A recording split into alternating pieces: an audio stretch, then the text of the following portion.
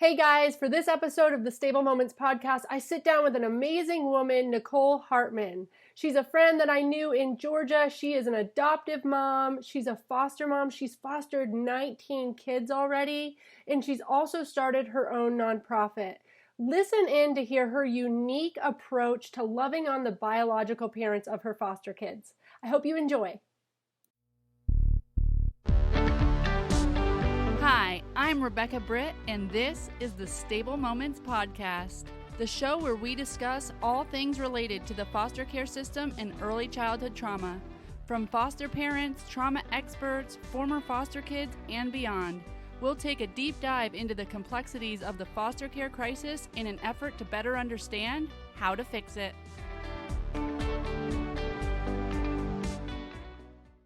I want to just start by letting everybody know kind of where you're from, what your background is, how did you meet your husband? How did you start in the world of adoption? So, well, I am originally from the Midwest, from Michigan, and pretty much have lived all over the United States. So I've lived in the Pacific Northwest. I lived on the East Coast. I've lived in Florida, Michigan. We have landed in Georgia. So that's where we've been for the last 13 years. So this is home now for us. I met my husband when I was in Florida. So we met in our mid-30s. And so at that point, got married 18 months later. At that point, it was like, you meet someone at that age, you either know or you don't know, Yep, you're in or out. Yep. You're in or out, And so we got married, and then we moved to Michigan from Florida. I mean, not to Michigan, we moved to Georgia. Okay. And then we've been here ever since. So this is where we've been. And then we worked hard at trying to build our family, and we had a lot of struggles with infertility. Mm-hmm. And we have 3 precious little babies in heaven now. Mm-hmm. We had some losses. And so through that, our pain and what we had gone through, we started a nonprofit called All Embrace. Mm-hmm. And that nonprofit helps families who have lost babies from miscarriage, stillbirth, or infant death. With that loss and so forth, we still were praying, and we really felt that we needed to we still wanted to have children and build our family. And so we chose to build our family through adoption after that. And so we adopted our daughter through an infant adoption, and we adopted her at birth. And that was after 3 failed adoptions happened before we adopted Olivia. That was a very long, drawn-out process on its own, over 2 years. For people who don't know, can you explain what a failed adoption means? It means pretty much that you were matched up with a birth mother, and so a birth mom that was ready to have a baby, and something fell through, whether the birth mom chose to parent instead of chose adoption at that point, whether things like, some paperwork fell through, or maybe another family member stepped up and wanted to adopt that child. We also had a orphan from the Ukraine that we were going to adopt, and then that fell through as well because of some paperwork with the Ukraine. So that all of that is just more, heartache and loss, but also building to what God really had planned for us, and that was for Olivia to be in our home. So sure. Which is great. And she's 8 years old now, so that's pretty amazing that she's already 8. It went by so quick.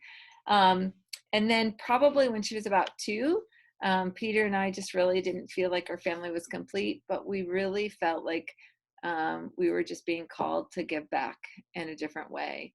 And God gave us such big gifts and gave us this beautiful big home and resources. And so we felt like we needed to do something bigger than adoption.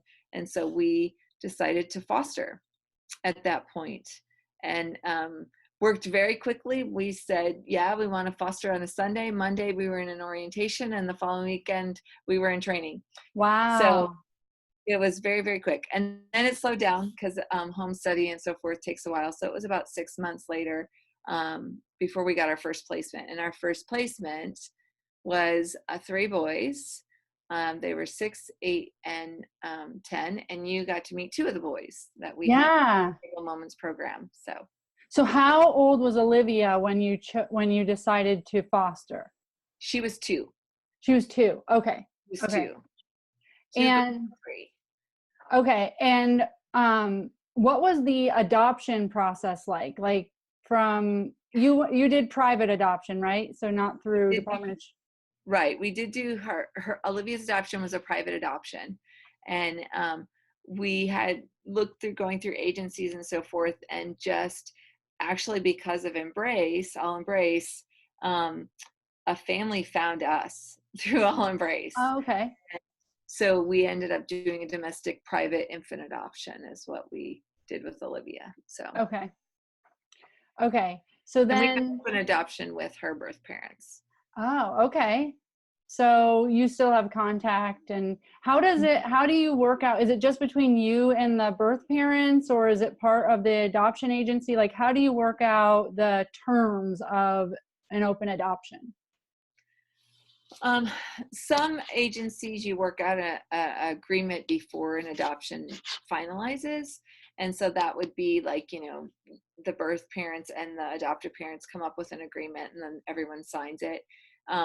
But a lot of open adoptions are just an open adoption agreement, which there's nothing written, but it's just kind of like a, I don't know, I guess you say courtesy type of thing. Sure. We have that with Olivia's birth parents, and it's wonderful. It just worked out beautifully. They're great people. We love them to death. They're part of our family.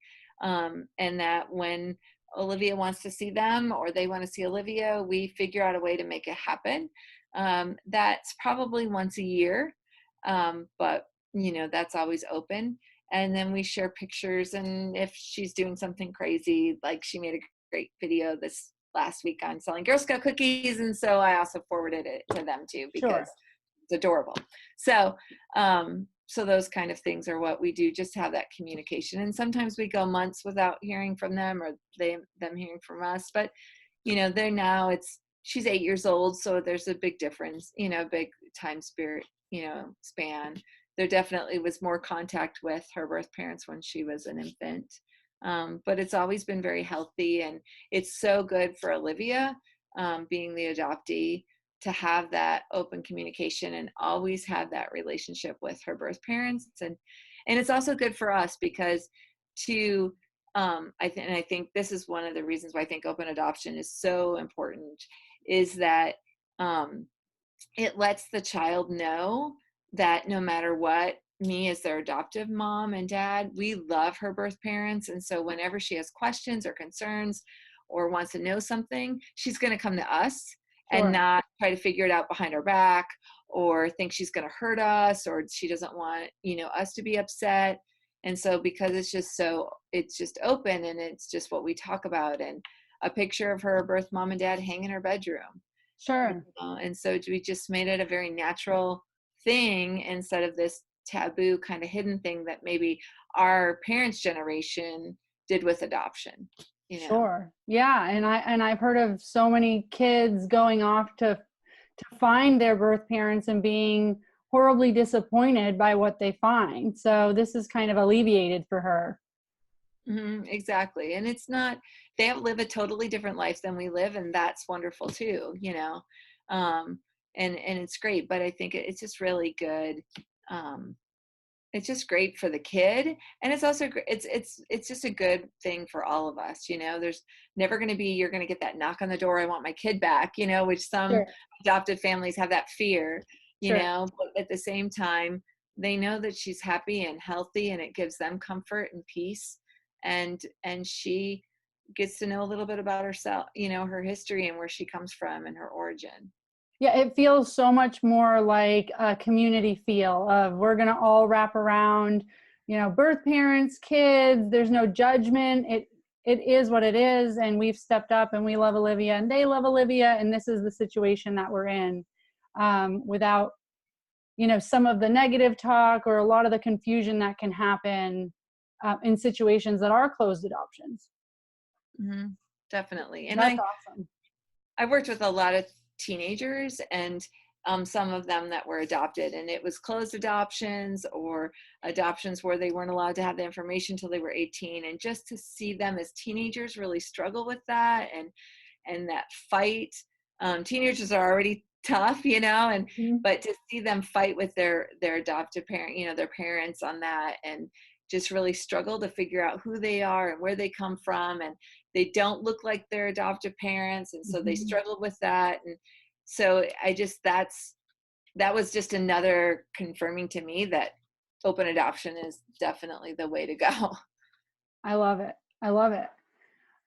So through this whole process of the adoption process and going through training to become a foster parent, what did you learn? Obviously, we jump into these processes and then there's usually times of holy smokes, what do we get ourselves into? And how did that impact your daily life, your marriage? You can speak to that a little bit. That's a big loaded question. But I think that, obviously they provide the impact training, here in the state of Georgia, and every state has some kind of a training for fostering. And you either do that through the state or you do that through a private agency. And so, and that training is good. But I will have to say, fostering, it's really learning by throwing your feet in the fire. Because, they can tell you some scenarios, and they can give you, some role playing, and, learn the logistics of how you fill out these forms or that type of thing. But until you're in the thick of it, I think that's where you really learn how to do it. And I think too, one of the things that I think is so important for foster parents, especially new ones, is to have a mentor or to have someone or a support group or community to go to. And that's one of the things that, I really feel strongly of, and that we're working towards here in Cherokee County, where we foster out of, is that it's just so important to have that network, because being a foster parent is different than being a parent. Sure. Just because, you raise 3 kids doesn't mean at all that being a foster parent, you know what you're going to do, because it's not. It has nothing. I mean, it's almost opposite ends of the spectrum. And does Department of Children and Families, during these trainings, do they have any way to connect you into the network or hook you up with a veteran? They do. And that's what we're working even more, putting those processes into place so that that they're directly connected to an organization or to a nonprofit or something like that. So then that way people can have that support as they're coming out of training before their first placement. Yeah. And it's just an automatic part of training is that here's your support. Yeah, exactly. One of the trainings that I personally have developed and given a couple times is, what I learned my first year that I wish I always knew, because that first year is just, learning the players and how does it work and what do the court, hearings mean and what are all these acronyms and, who do I call for this and what happens when this happens in the middle of the night and you end up in the emergency room, those kind of things that, you learn just by trial, but hopefully having someone to call or talk to or a group to go to for help helps answer some of those questions. Yeah, absolutely. That's great.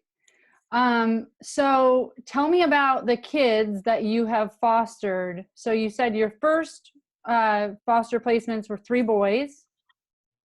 3 boys. So we've now been fostering for 5 years.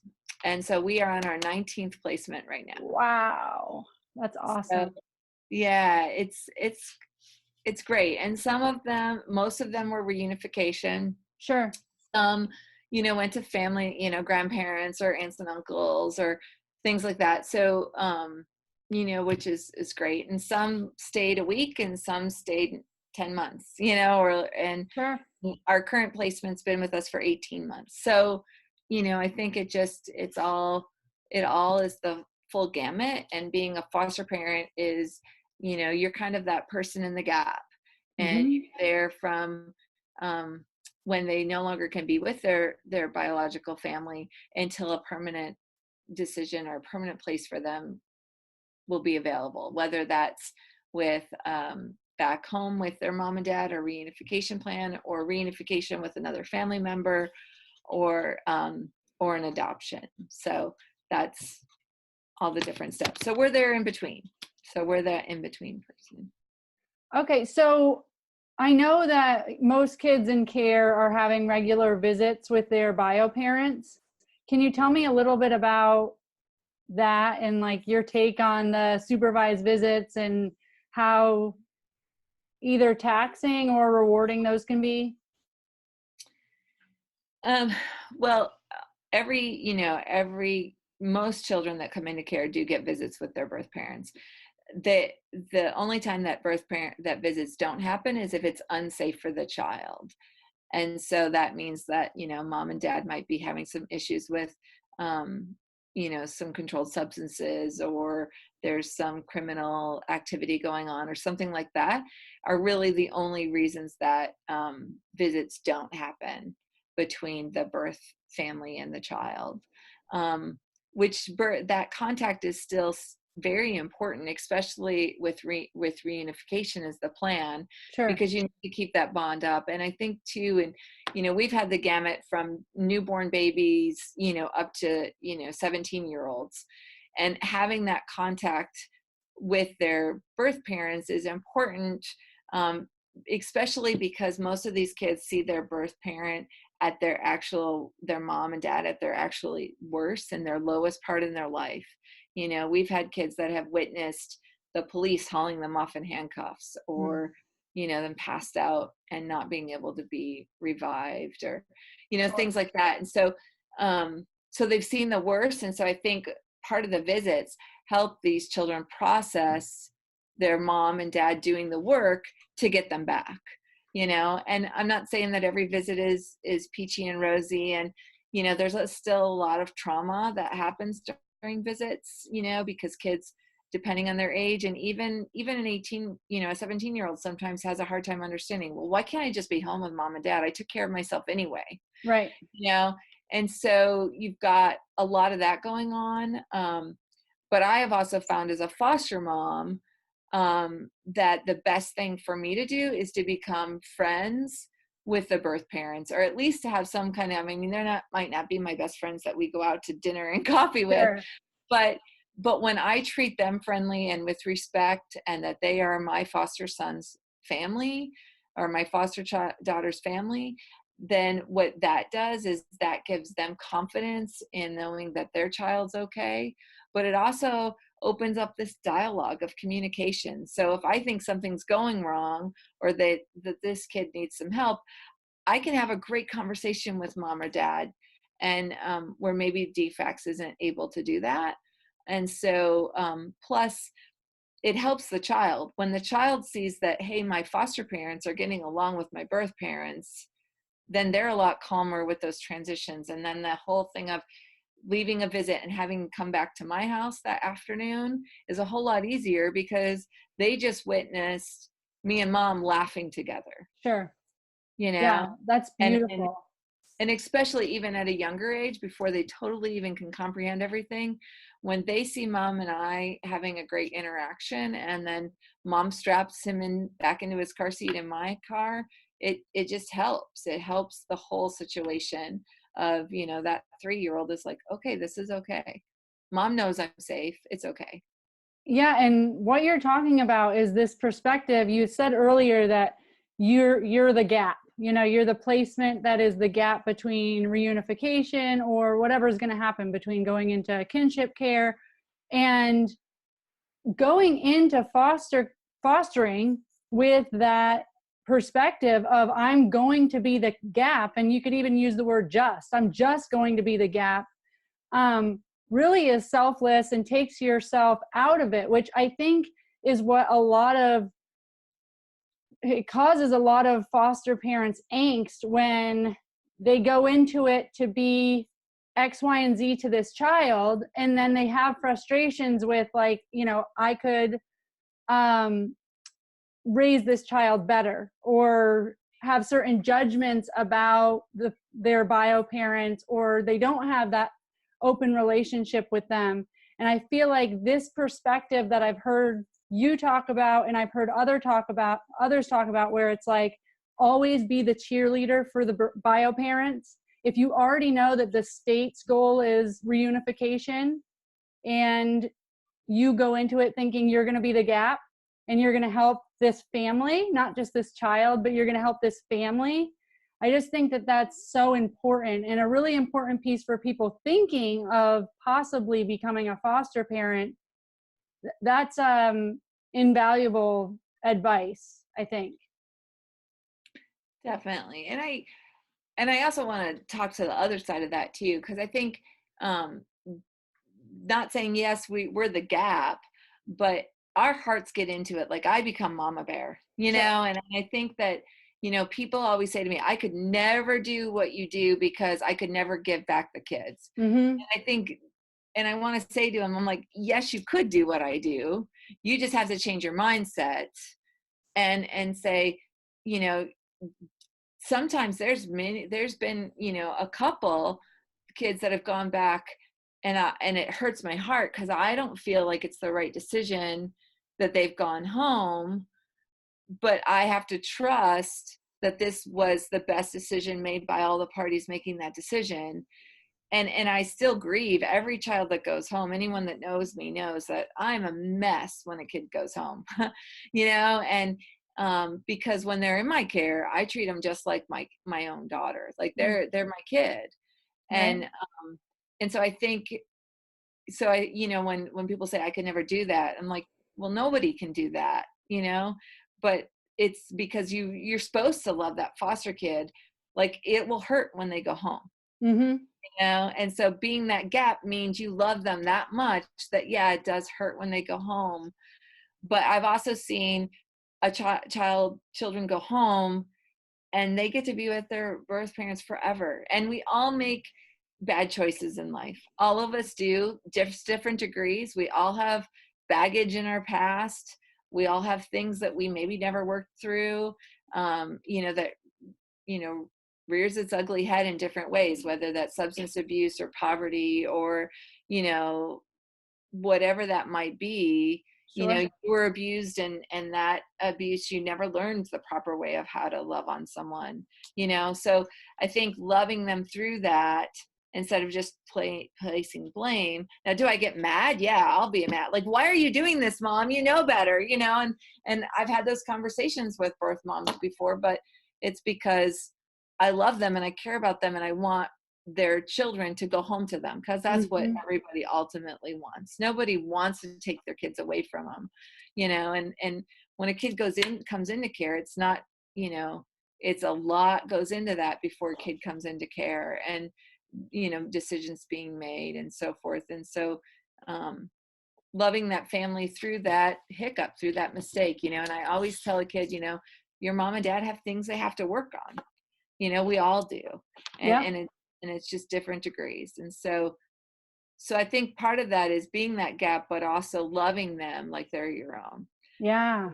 And I think that, and yeah, it's going to hurt when they leave, but wow, what a difference you made in that kid. And, they said it only takes 6 months for children to have a different mindset, and so if you look at, okay, this kid's been with us for 6 months or over 6 months, that kid's going home with a different mindset. So no matter what kind of life they're going to have, and yeah, there's different, you want to say, I could give them a better life. Well, you don't know that, Yeah.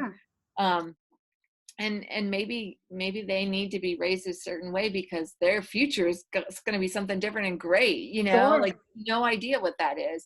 Right. But it helps with that mindset of giving them that different view and different way of processing, so that when they do grow up, they're always going to remember there's a different way to love. There's a different way to have a family. There's a different, education is important.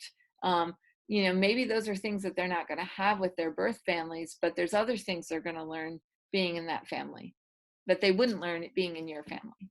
Yeah.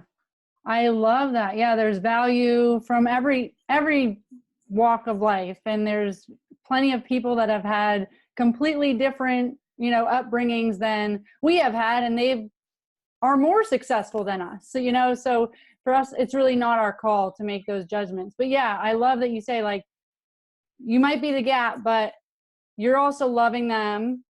It's like full love, full grief. You're not putting any walls up and just holding a container. I like that you describe that as like, well, it's a gap because we're trying to get them back with their birth parents, but we're still loving fully and we're still grieving every child. And that's okay. Yeah, I love that. And there is times where they're not able to be reunified with mom and dad. And those times are when foster parents can step up and adopt those children. And that's so beautiful, when that happens, because they've made that bond with them. Mm-hmm. And so, and when that gets to happen, it's beautiful, because that foster parent who stepped in during the gap time also then says, you know what, I want to be your forever family. And some foster parents want that and some foster parents don't. Peter and I have always gone into it as, we're that gap. Mm-hmm. If it comes up to that there's a child that needs us to be a forever home, then we're there for them. Sure. But in the process of the last 19, we've been the gap, and so we'll see what God brings from there. Yeah, I love that. And I like the kind of permission to set your own intention. People feel like they need to be a certain type of foster parent, and it's okay if you are called to just be the gap. It's okay if you're called to just adopt, only see kids that are up for adoption. There's a lot of people that feel like they might judge themselves one way or the other because that they've set a boundary for themselves, and it's fine. We need everyone. Everybody has a place in this story, and having some placement with boundaries is better than having nobody step up. Totally. And I think too, I think boundaries are the healthy thing, because if you go in to say, I'm going to foster and I'm going to save all these kids, you go into it with a mentality of like, I'm going to adopt, we're going to save them, and we offer that better life, then you're going to be so disappointed and you're going to be so heartbroken, because the system is broken, and it's not where it should be by any means. It's got a lot of work to be done to it, but going into it where we're going to adopt and we're going to save these kids and that type of thing, you need to go into it saying we're adopt only family, Mm-hmm. And not a foster to adopt, or not because even a foster to adopt, you got to be willing to know that there is a high chance that those kids are going home.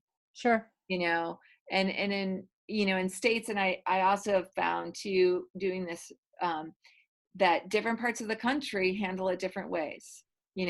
Some parts of the country are very child focused, and there's not as many reunifications, and some parts of the country are very parent focused, and there is a lot of reunifications. Mm-hmm. So you've got to know where you live, and what that state is, to know, this is what you're signing up for, and I think sometimes when you hear foster parents that are so heartbroken, it's because they're getting into a foster to adopt, and so they're taking kids in, but then it gets bad for them because they really only see adoption as the best option for this child.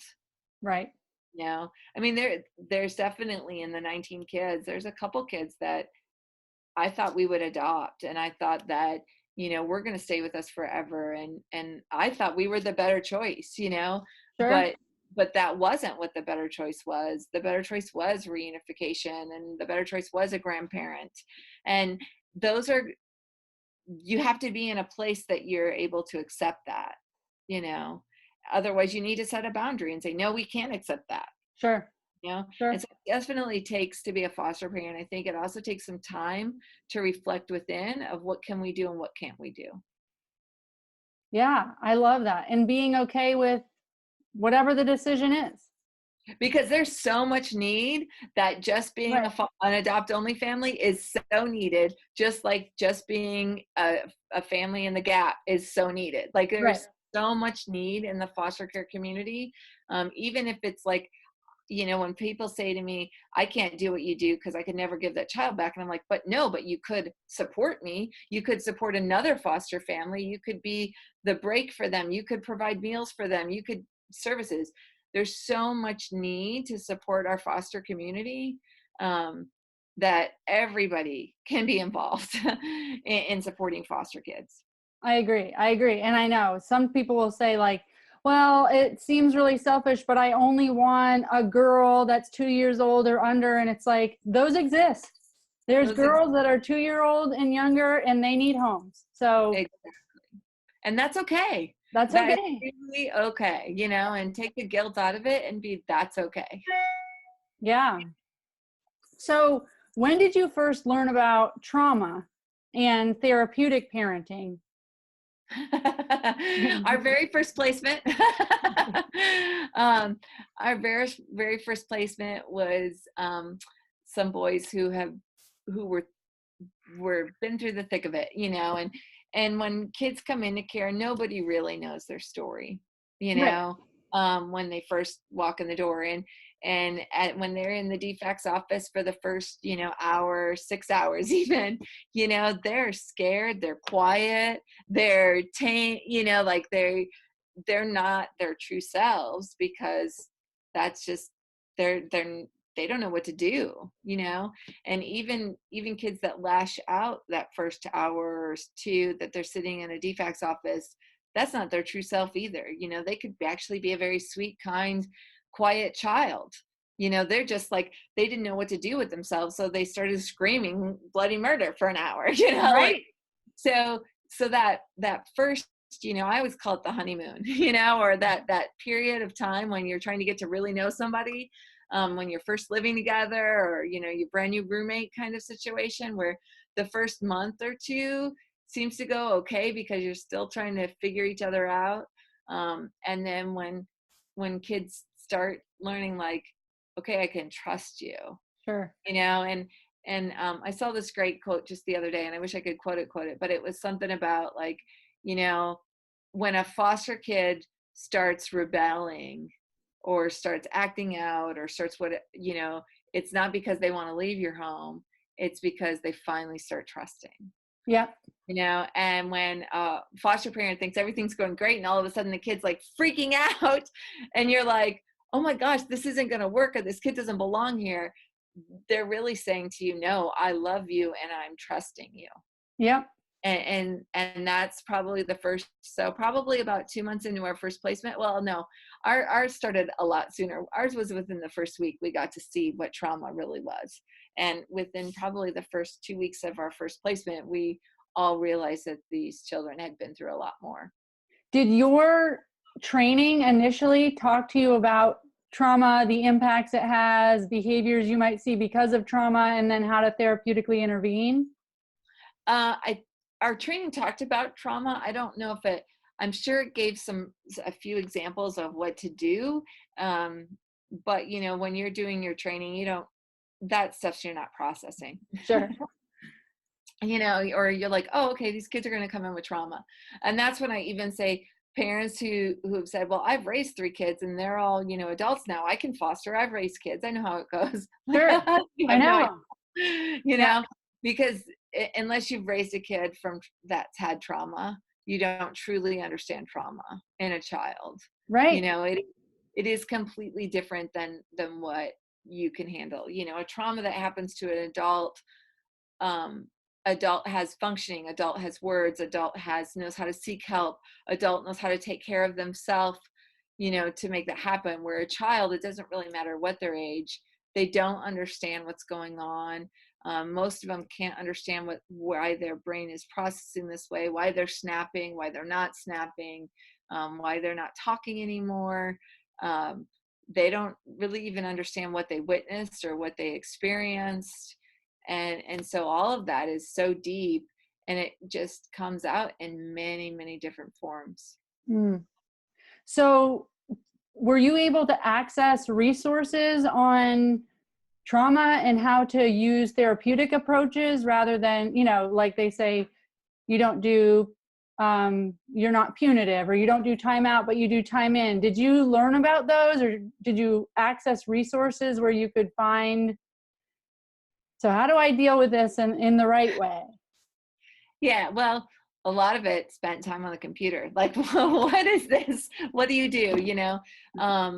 Because a lot of it comes after the fact, and now you have a kid that's punching holes in the walls and urinating in your trash can, and what do you do with this?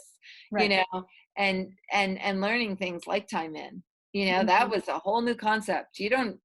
We never did time in before. No. I never knew anyone that, I didn't even know what time in was. Right. And so starting to learn about different things and the power to connect and care and purpose, and and learning about these great things that are out there to help you, and things like stable moments. I Googled, and that's how I even found stable moments, was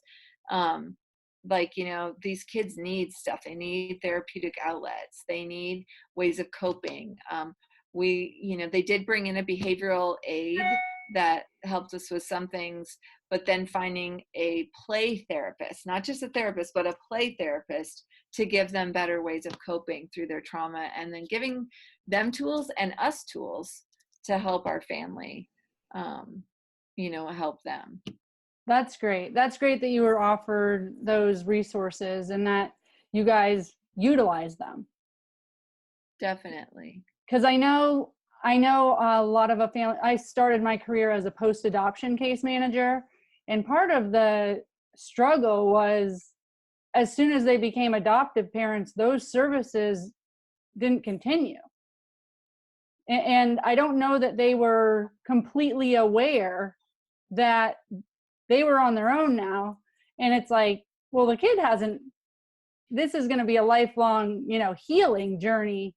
So talk about isolation, and it is nice to know, at least while they're in foster care, that you're able to take those resources as needed. And different states do different things, on how they offer adoption assistance. But I think that's something that, as foster parents, if you're getting to the process where, okay, this is now going to transfer from reunification to an adoption, is to really educate yourself on the adoption assistance that your state offers. Yep. Because you need all of those things in place, and you need all of the parties to agree before that adoption is finalized, so that you can have those services after the child is adopted. Yeah, you're absolutely right. And so many parents had no clue that they had these rights, or that they could advocate for some things. They could advocate for a diagnosis, which would give them an adoption stipend till the kid was 18. And I met with so many parents that hadn't gotten those things into their adoption agreement. Thankfully, I was actually able to write quite a few proposals back to the state to have them look into that and change those, do an amendment. Because we know that some things actually don't even show up. You might get a 3-year-old that you think, oh, everything's fine, we don't need anything.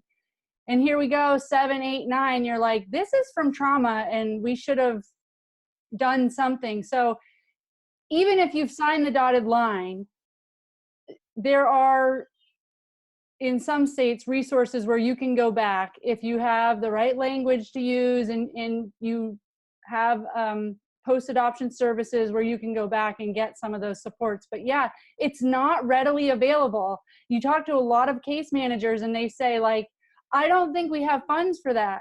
And I'll uncover that there is funds for that.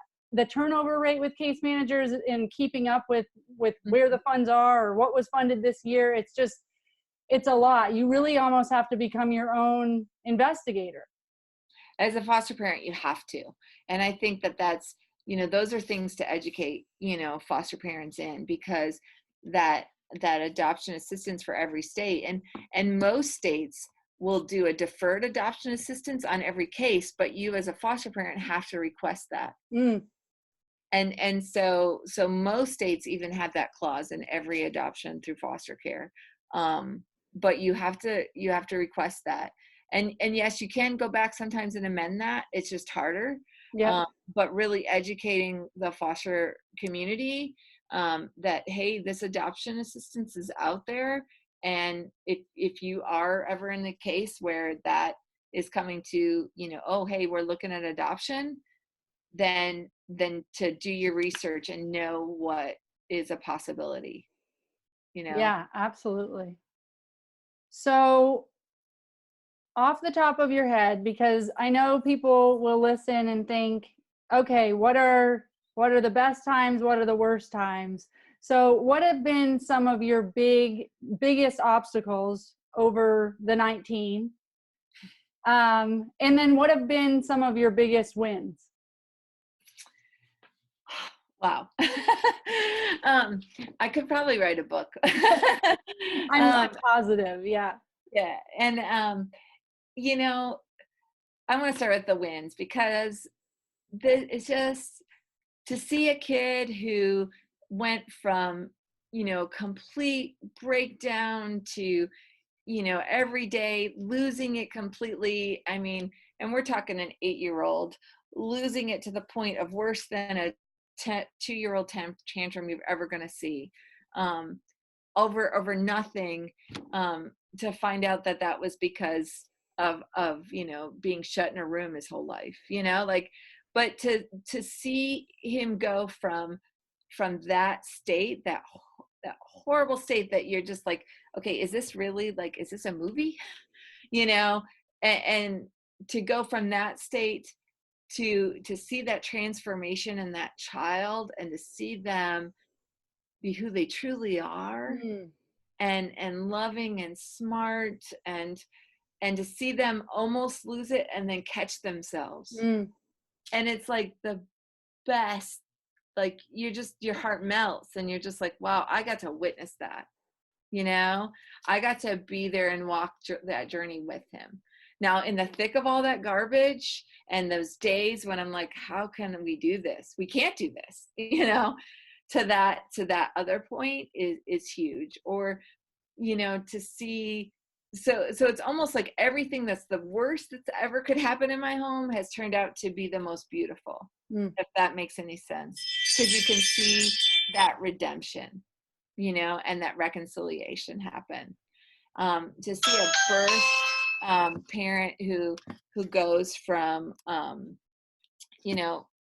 being completely addicted to a substance, to getting themselves clean and healthy, and providing for their children, and taking care that when you hand that child back and that reunification, it's sad and you miss it, but this is amazing. Yeah. And you have that great relationship with that birth mom, that you get little tidbits, or you get pictures now and then, or you get, hey, we're, so-and-so's doing this and so-and-so's doing that. And, those are like, wow, I had an opportunity to be part of that. Yeah. I got to be part of that redemption of that, and that's when you go, this was worth it. This was completely worth it.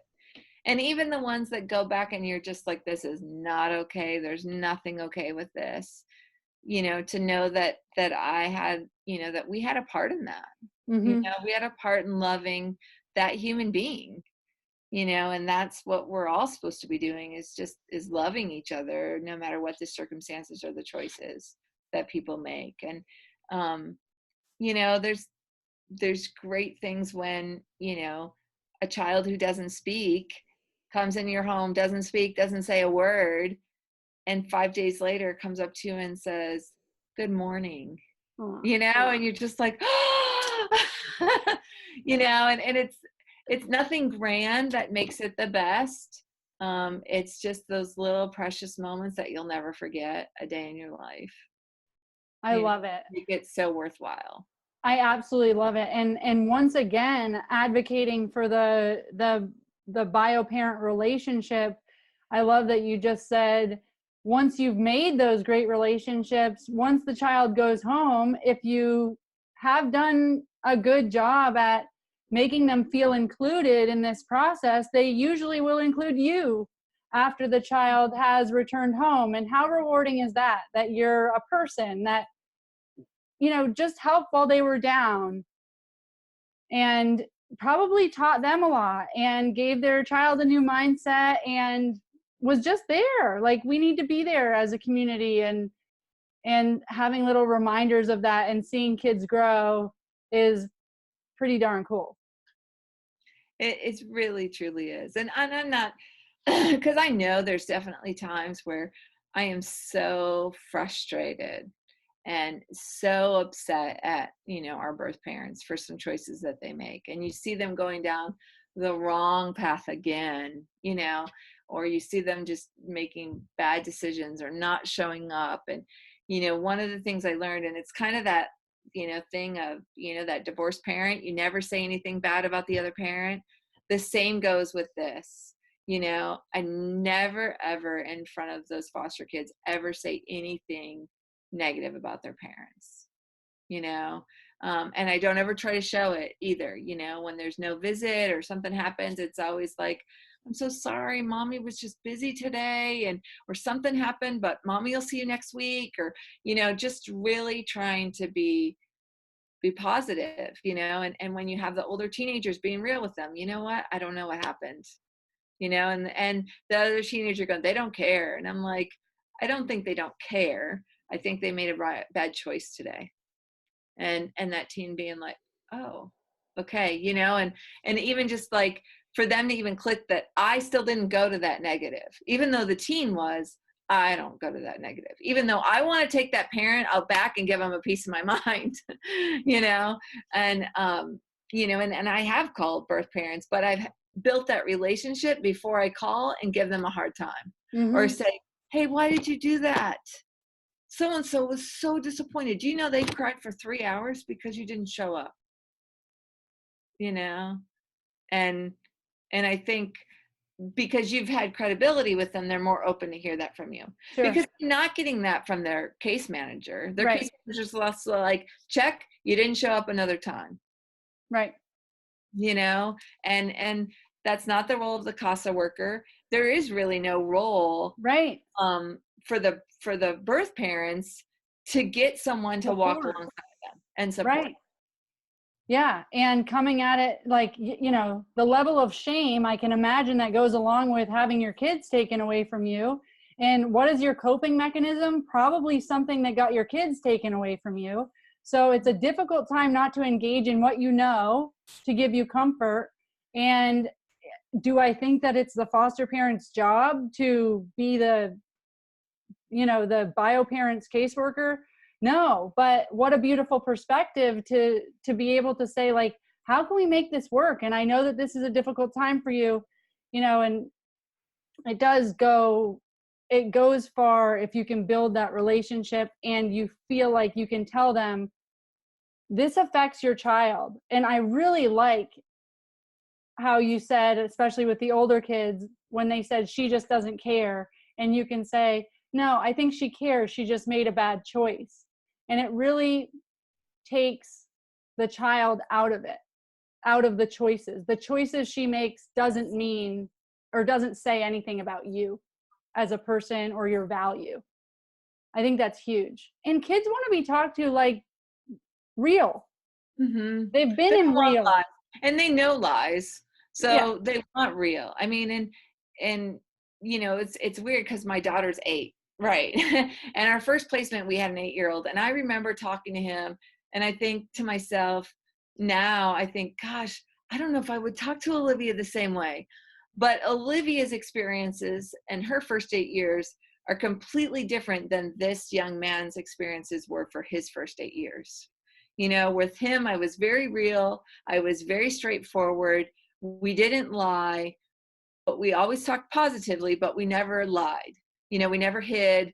Where now, I don't know if I would, you know what I mean? Like, because our kids grew up differently. And I think that always just being real and truthful with them, because their life experiences, even as an 8-year-old, are what maybe our children's life experiences would be not till they're out of high school. Right. And Or never.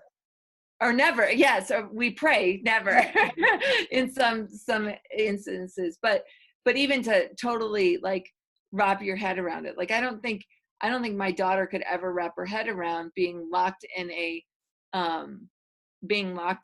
crawl space all day long with no lights. Right. I don't think she could, or not get lunch. Right. I don't think she could, and I pray she never does have to wrap her head around that. Yeah, and I think that it's okay to use your judgment and talk to each kid on a one-on individual basis, knowing what you do know about their history and judging what they can handle. So tell me a little bit about any hesitations or just your general experience about introducing these kids to Olivia. And how, because a lot of people, I have so many people say, I want to foster adopt. My main priority, my main concern has to be protecting my bio kids. And it's a huge concern and it's a valid concern. And there's a lot to think about there. So tell me your journey as far as as far as Olivia goes and that experience. Overall, it has been the absolute best thing we could have ever given Olivia, is to be a foster sister. And I mean that from the bottom of my heart. My daughter at 8 years old has more compassion and understanding than most adults. Mm-hmm. She loves this more than my husband and I do.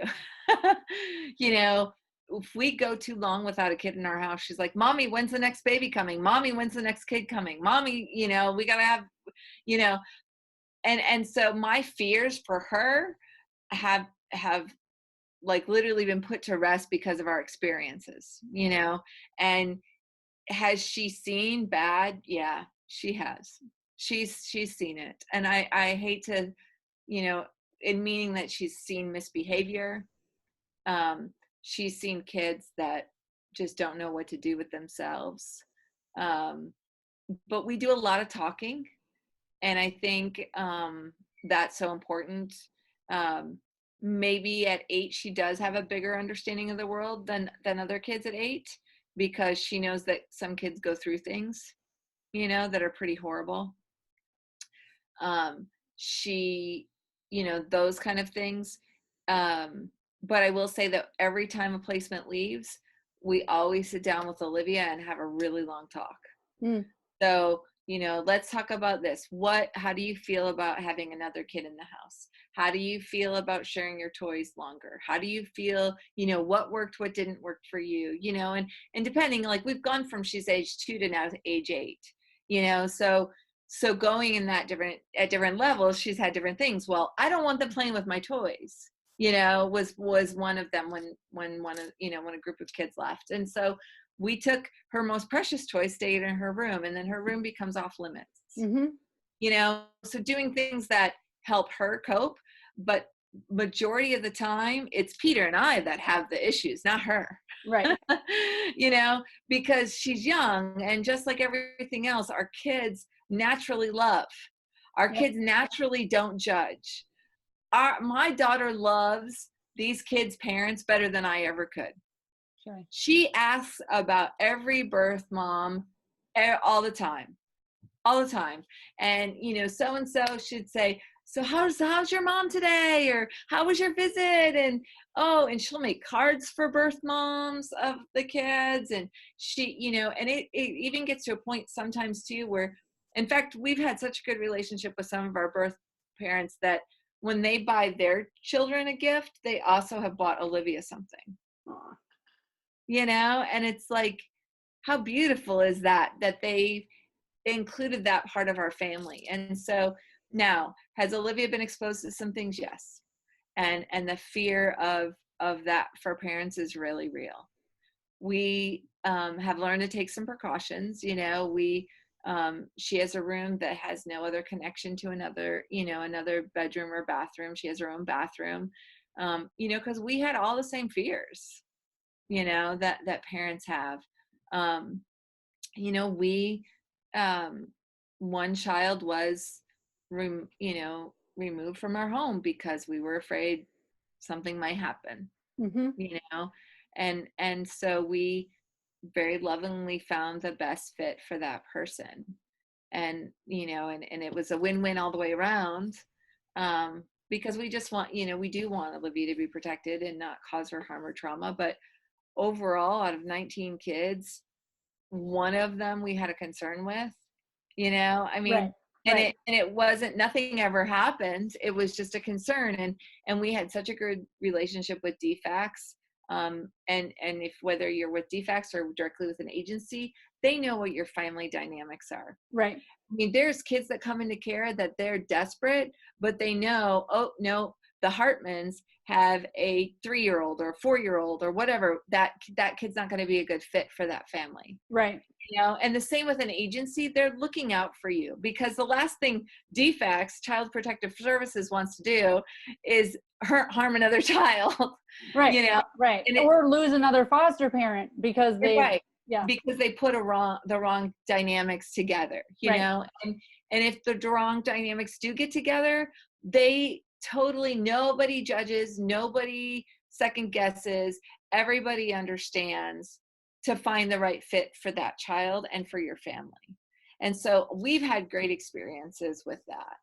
Well, and because she has such a good relationship with her birth parents, and it's open, she already does have the understanding of parents that don't raise their biological children.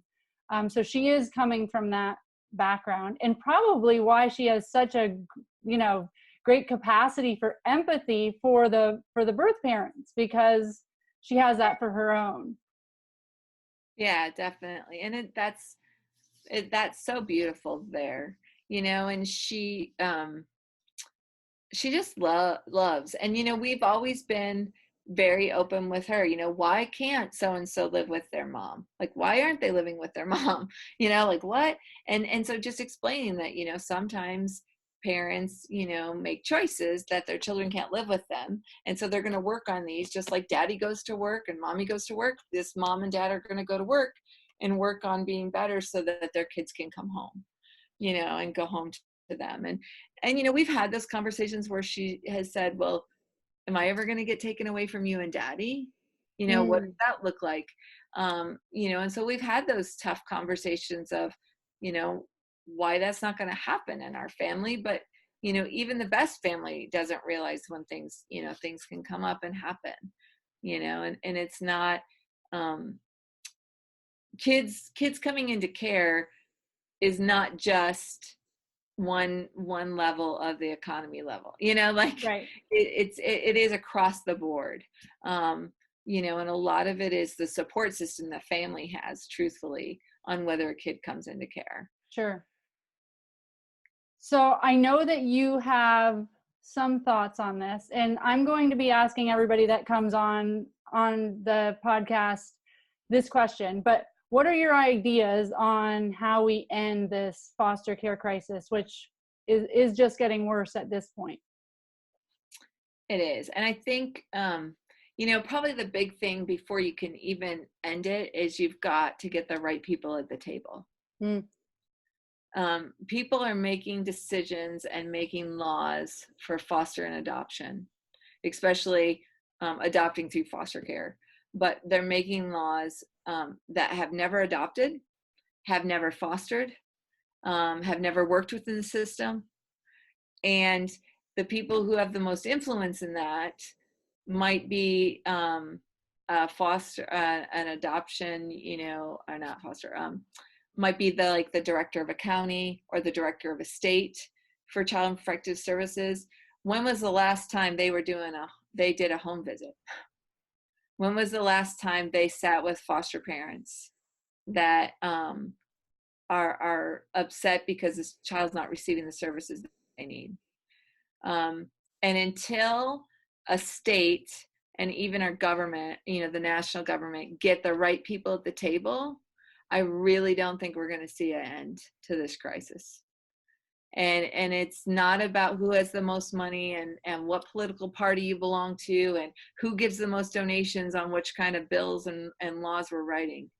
It's about getting the right people at the table. And the right people at the table are the people at the ground level. They're the foster parents. They're the case managers that have 30 to 40 cases workload.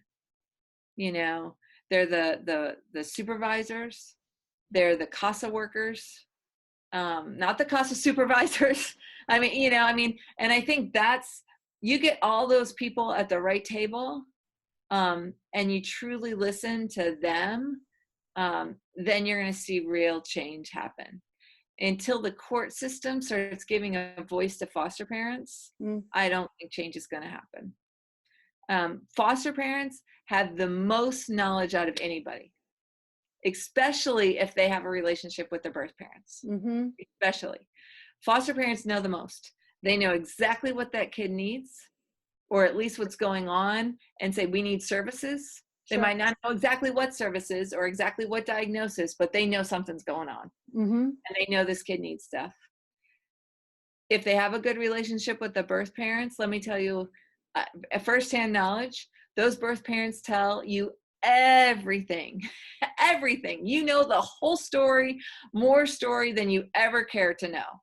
They will, because you have a relationship and they trust you. And so they tell you everything. So you realize, okay, we need to do some family therapy, or this person needs family therapy on their own because of what they went through as a child that no one at DFACS has a clue of. I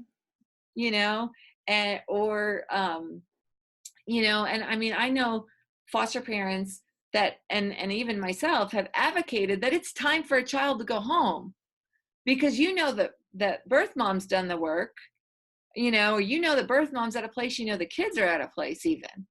So, because sometimes even DFACS doesn't, really, it's time to go home?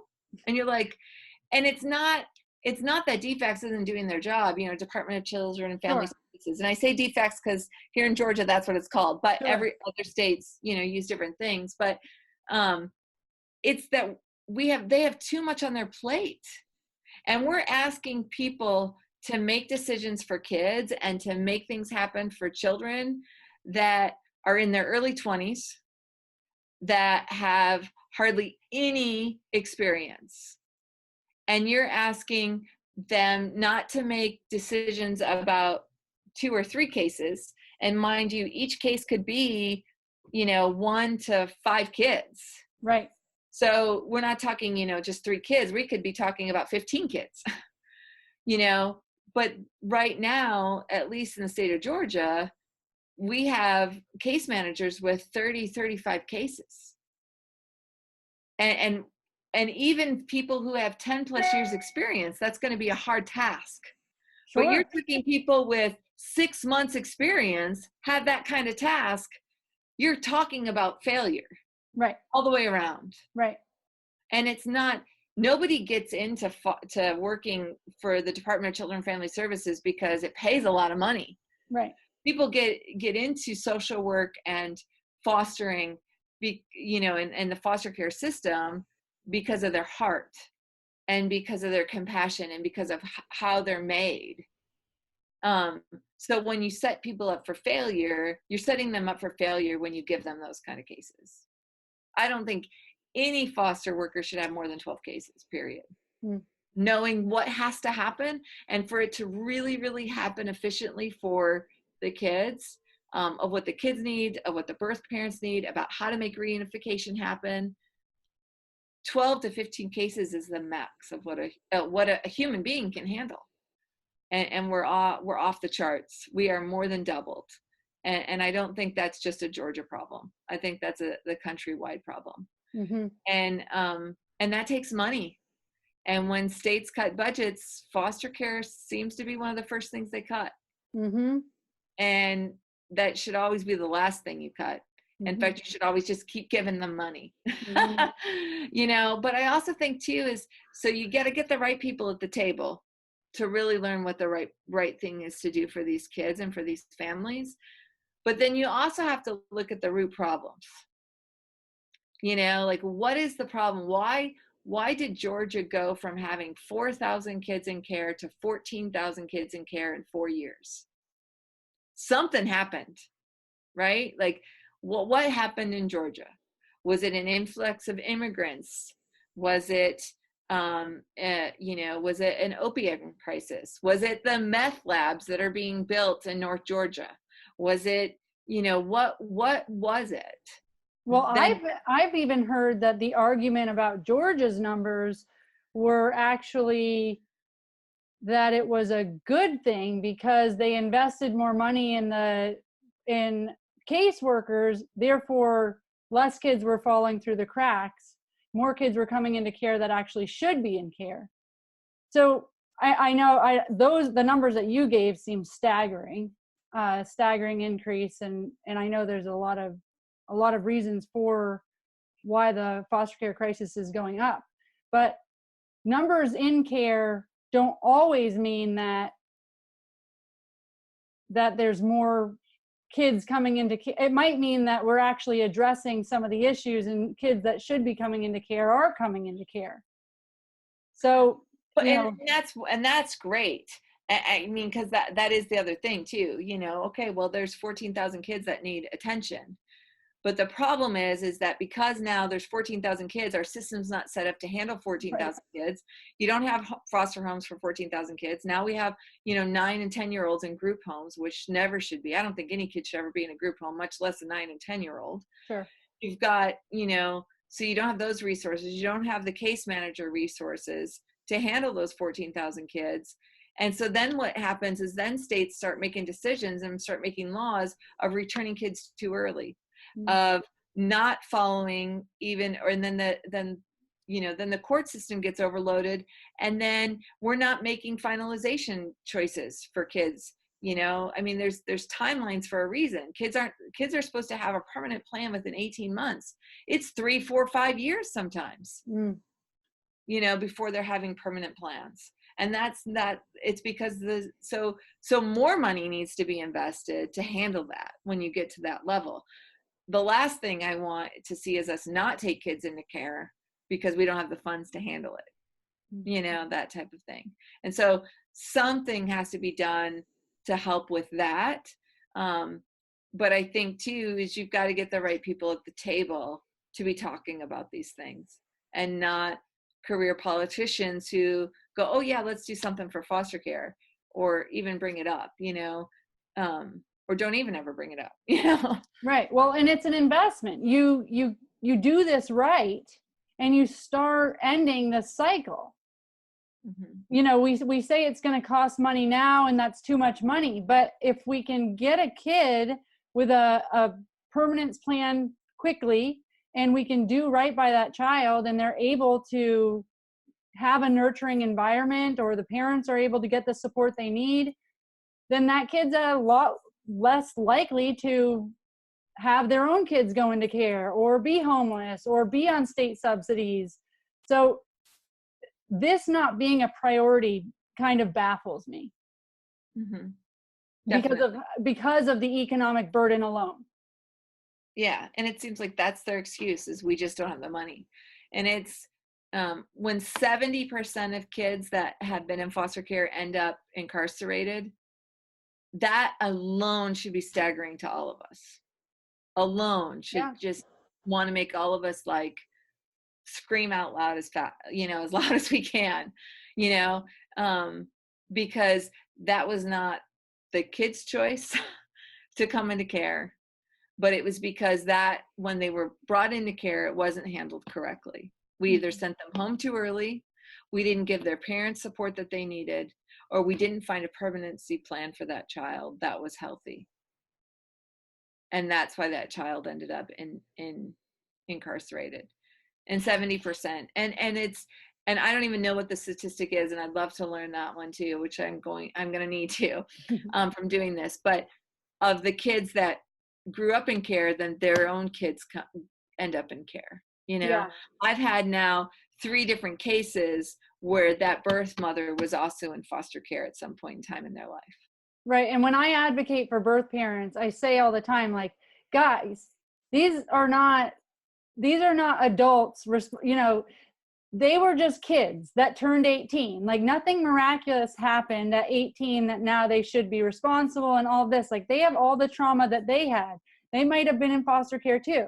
And we're completely open and pour our hearts into kids in care. No child should be an orphan. No child should be in foster care.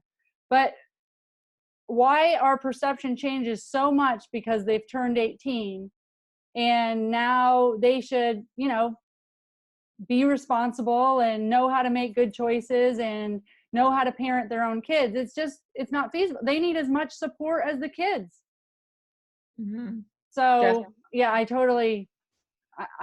totally feel you on that one. And it is these typically the kids coming into care have parents that need support, and they probably have needed support for a real long time.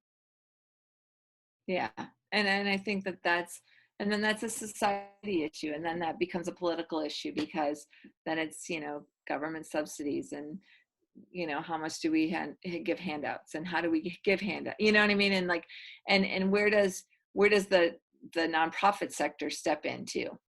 Well, yeah, that's my thing, is I'm like, I am more about community level work, because I don't know if I have the patience. Not doing it. I know. Exactly. I don't know if I have the patience to wait around to, elect officials that are going to listen to the right people at the table.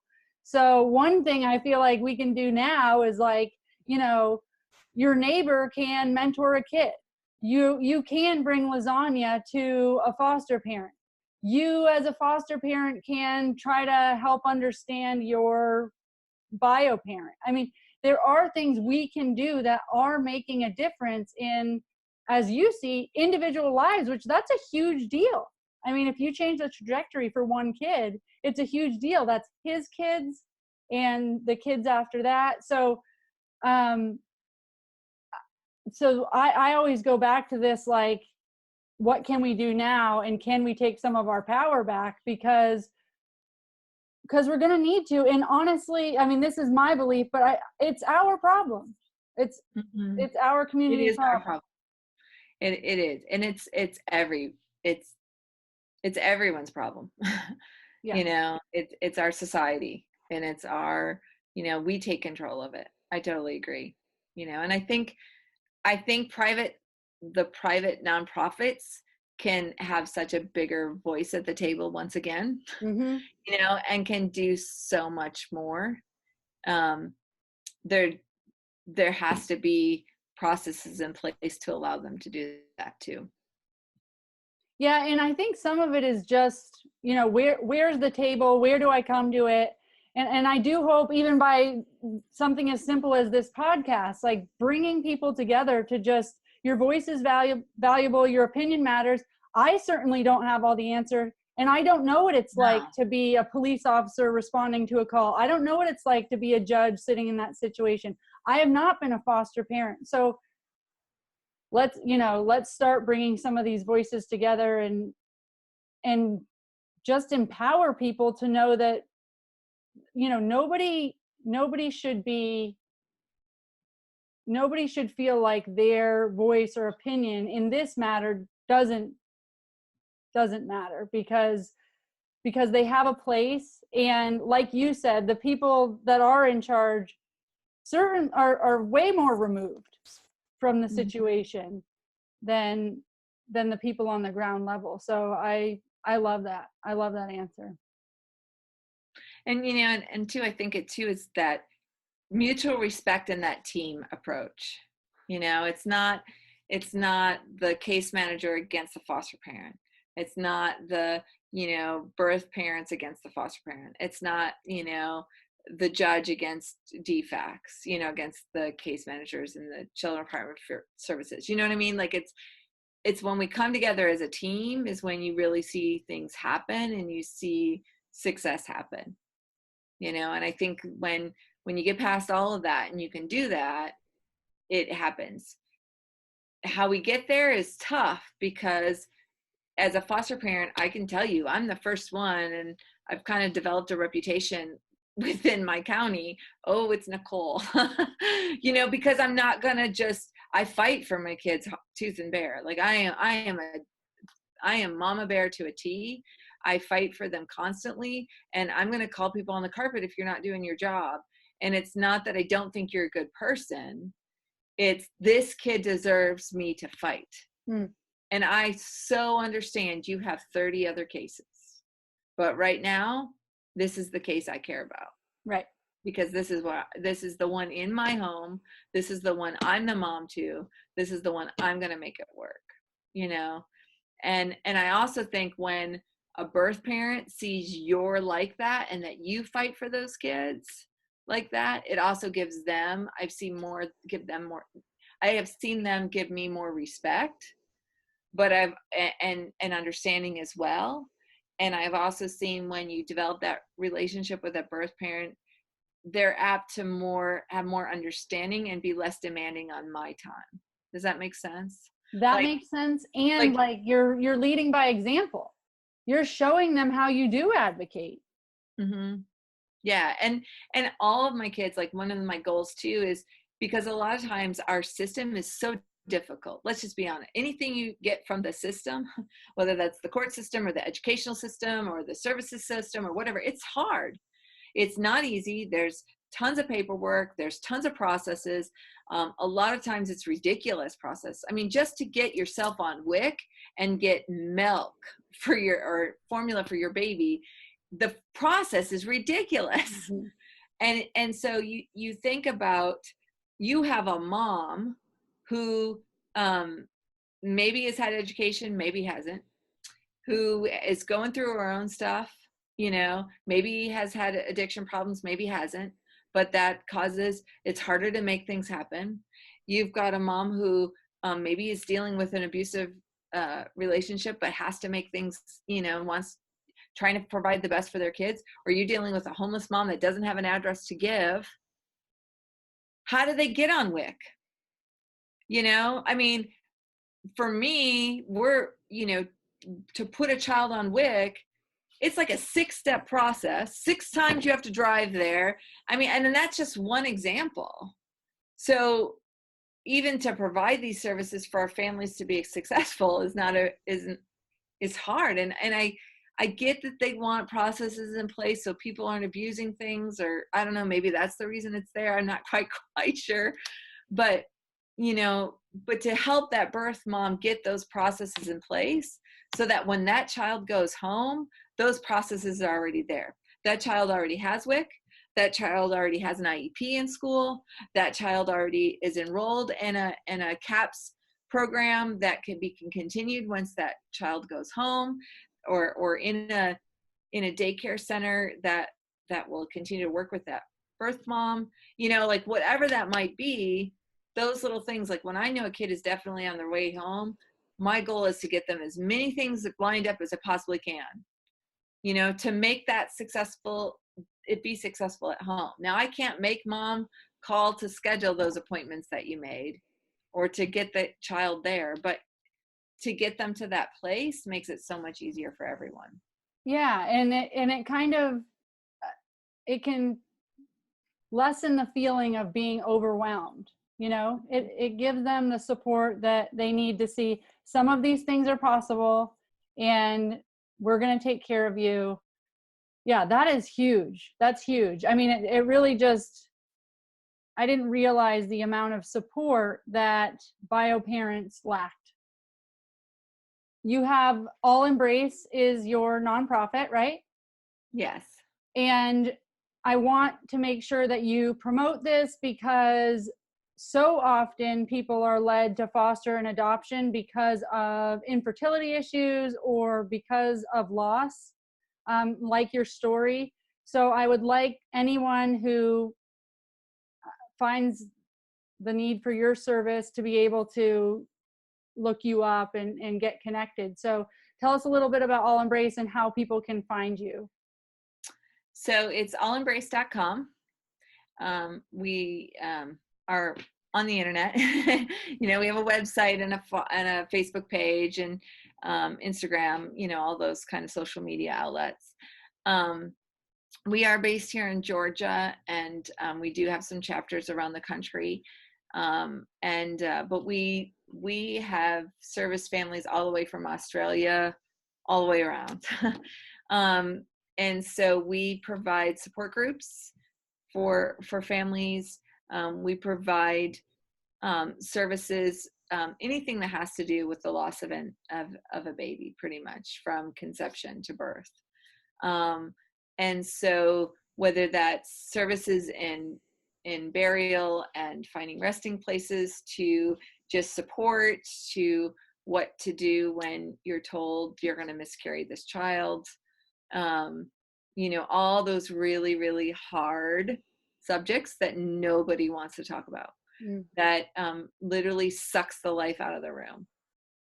Okay, well, this has been so insightful, and I love all the bio parent love that we got here. And you are just rocking it out, and I'm sure next time I talk to you, it'll be, your number might be like 54. Who knows what your what your number will be as far as kids that have come through your home, but I'm in awe of you, and we need more people like you. I mean, not just the fostering, but the support that you're giving to the foster parents, and then kind of taking the approach of understanding the system from everybody's perspective and trying to be that voice where you can. And that's really all we can do. I'll talk to you soon, okay? Definitely. Thank you for all that you're doing, and your baby is so precious. So if you're back in Georgia, let me know, because we'd love to say hi or get a cup of coffee or something. I will, for sure. Okay. All right. Take care. Bye. Bye-bye.